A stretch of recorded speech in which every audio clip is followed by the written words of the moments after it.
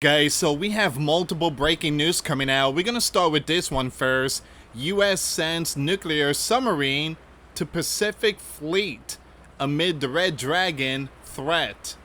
At the same time, Kim, the leader of North Korea, preparing for a real WW3, orders military to be battle ready and annihilate the enemy.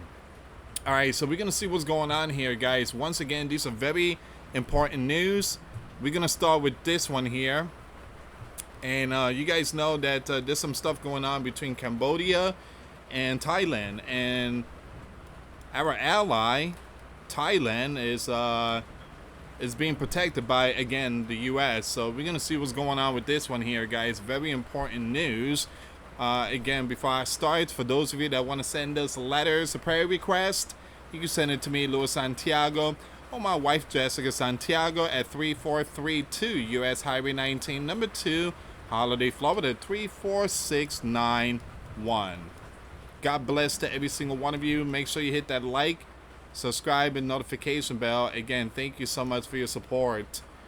So the sleeping giant redeployed a second nuclear-powered submarine capable of launching long-range Tomahawk from the East Coast to Hawaii this month. As it moves to position its most capable units in the Indo-Pacific in response to the Red Dragon naval buildup, Newsweek has reached out to the Red Dragon Defense Ministry for comment via email.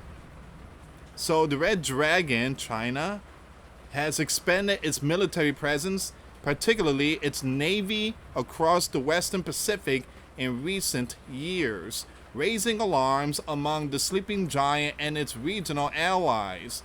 It has also built up a large missile arsenal, capable of striking Japan, including the sleeping giant military bases located there.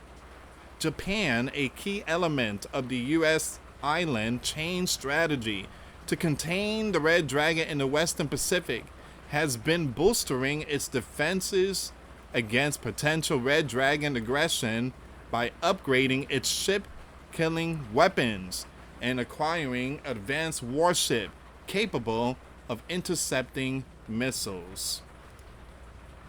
Once again, these are real news. This ain't no fake stuff. The link will be in the comments box. Once again, guys, thank you again for your support. And hit that like button. So we are definitely seeing nation against nation rising.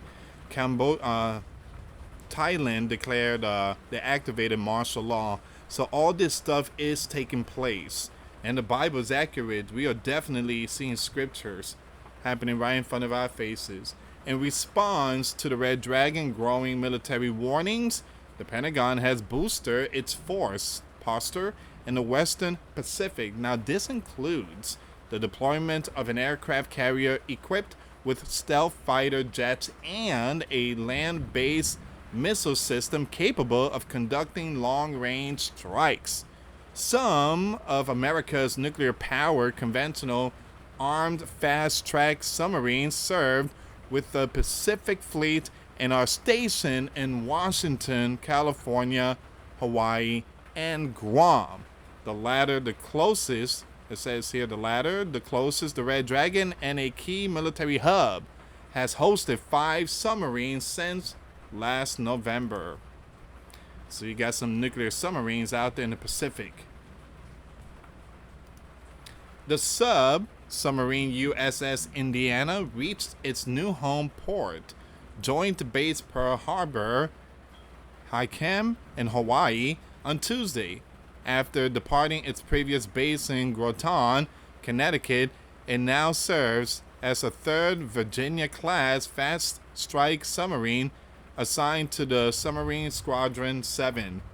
The Pearl Harbor Base Submarine Squadron now provides training material and personnel readiness support to a total of 7 fast-track submarines, 3 Virginia-class and 4 Los Angeles-class, according to a press release from the U.S. Pacific Sub Force.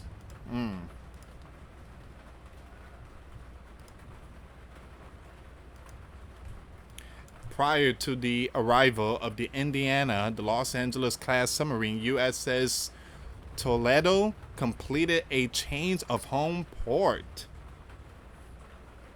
on July the 12th, arriving in Hawaii. Now, this made the former Connecticut-based vessel the fourth Los Angeles class submarine assigned to the Submarine Squadron 7.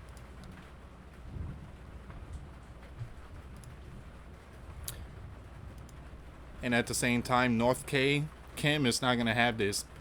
Right now, Kim is telling their soldiers, military, to be on highest readiness.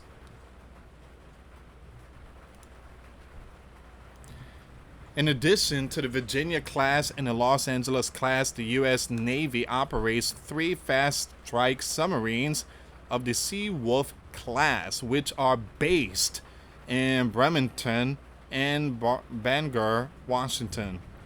Commissioned in 2018, the Indiana is the 16th Virginia-class submarine.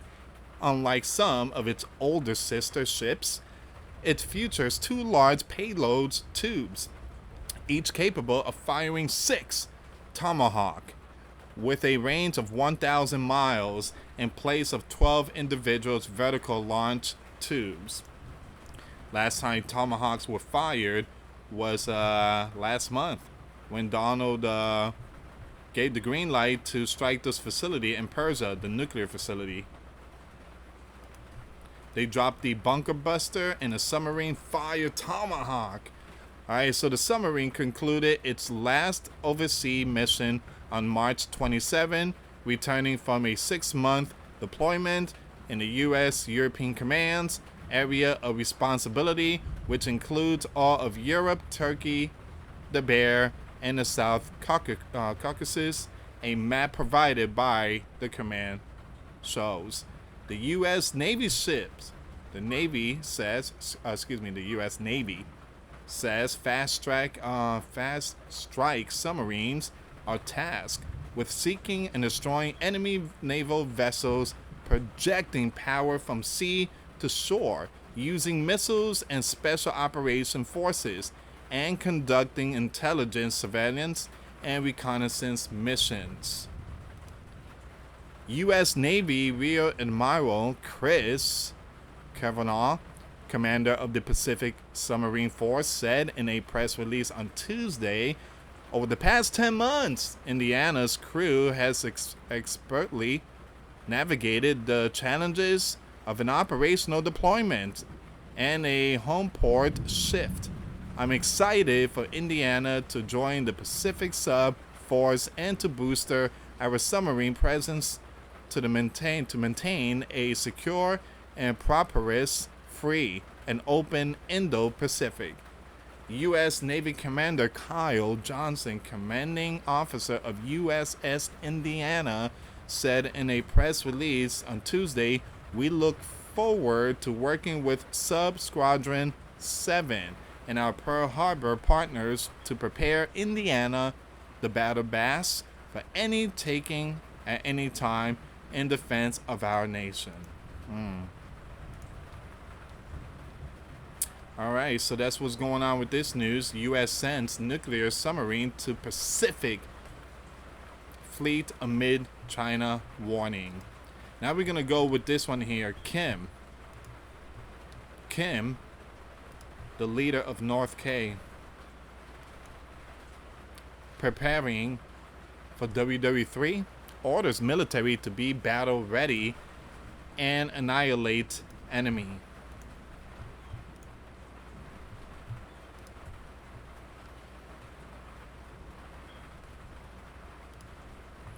You have North K leader Kim has ordered his military to stay in a state of full war readiness.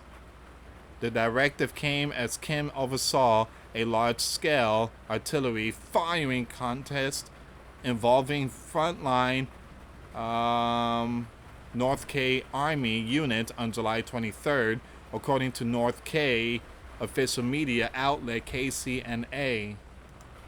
Kim reminded the audience of the contest's importance in boosting combat and preparedness, and called on soldiers to be ready to defeat the enemy in every battle. Alright, Kim is really putting out a message to the soldiers out there.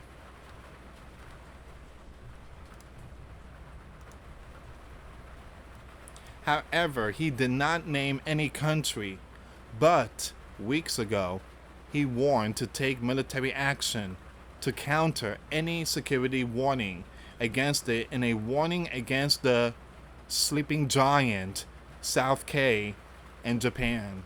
Alright, so these are the three countries. We already know that. The reason why the sleeping giant, because the sleeping giant is giving so much stuff to these two countries.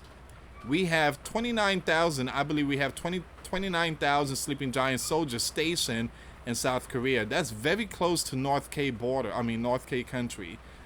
On top of that, the sleeping giant has deployed some very powerful equipment. Alright, and North K is not pleased. North K is not pleased.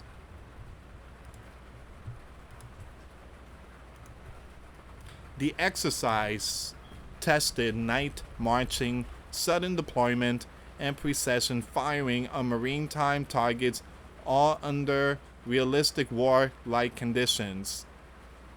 So North K has declared 2025 as the year of military training, indicating its intent to escalate combat exercises.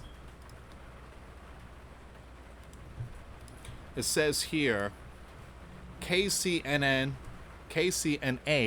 reported that Kim expressed satisfaction with the contest, saying it resembled an actual war scenario. He urged the military to lead the training first policy and enhance its combat system in line with evolving battlefield conditions. Commanders from across the KPA were present, including the vice chairman of the Central Military Commission. I'm gonna skip their names. Very important people there. So Kim congratulated the winning unit, the 2nd Battery of the 3rd Artillery Battalion of the 16th Artillery Regiment, and invited them to the country's 72nd anniversary celebration of the Korean War armistice.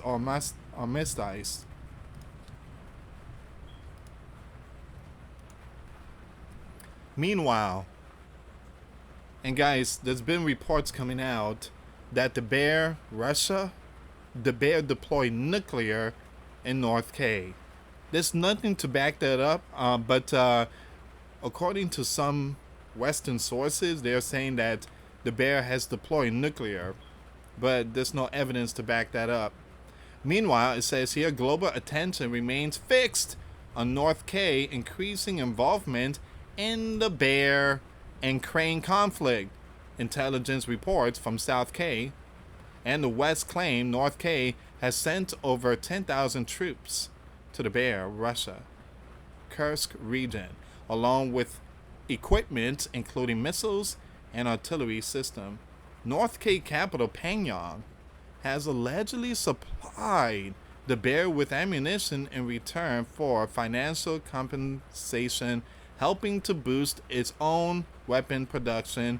Ukrainian sources also accuse Pyongyang of launching KN-23 missiles that struck residential areas in Kiev and taking at least 12 innocent.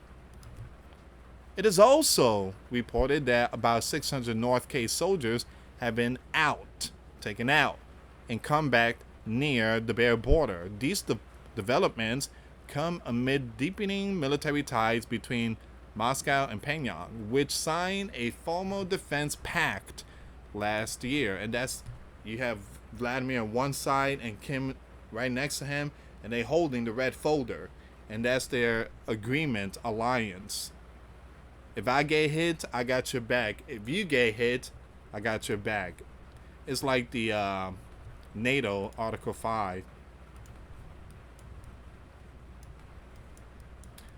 So Kim heightened war rhetoric and North K growing military involvement alongside the Bear have sparked questions about the potential for a broader global conflict. Although Kim made similar war warnings earlier, multiple things are at stake now. The sleeping giant is busy with its homegrown issue, the Ukraine war, relations with the bear, and maintaining its influence in the Mid East after the Holy Land and Persia-Syria conflict, a situation where Kim might want to showcase its capabilities. Alright, so that's where we are right now. So Kim, the leader, preparing for a biblical war, WW3, orders military to be battle ready and annihilate the enemy. Now, once again, these links will be in the description box. All right, and again, I know some people's like, oh, you know, this is here's the thing, guys. These are real news. This is happening right now. Cambodia and Thailand. Again, all these biblical wars, the Red Dragon, the US nuclear submarine. This is some stuff that's going on. And this goes to tell you that the Bible is 100% accurate. I mean, we definitely seen the word of Christ happening. Nation against nation and kingdom against kingdom. And many signs of the heavens. So again, Second Peter does talk about mockers and scoffer, and we are seeing them too. If it's not the bots, then it's the mockers and scoffer. It seems like they work together or something. But again, these platforms, they really need to fix that issue. But anyway, guys, thank you so much for watching, and thank you again for your support. Make sure you check out the video I posted today. All the links will be in the description box. For those of you that want to send us letters or prayer requests, you can send it to me, US Santiago, or my wife, Jessica Santiago, at 3432 US Highway 19, number 2, Holiday, Florida, 34691. Once again, guys, $5 a month Patreon. We get you access to our live stream once a week. We talk about things that we cannot talk about in the platform. Also, I posted videos today. Those links will be in the comments box. Thank you so much for watching. God bless you all. Put faith and trust in Jesus Christ, for He's the only way, the truth, and the life. No one gets to the Father except through Jesus. Thank you so much for watching. Till next time later. Peace.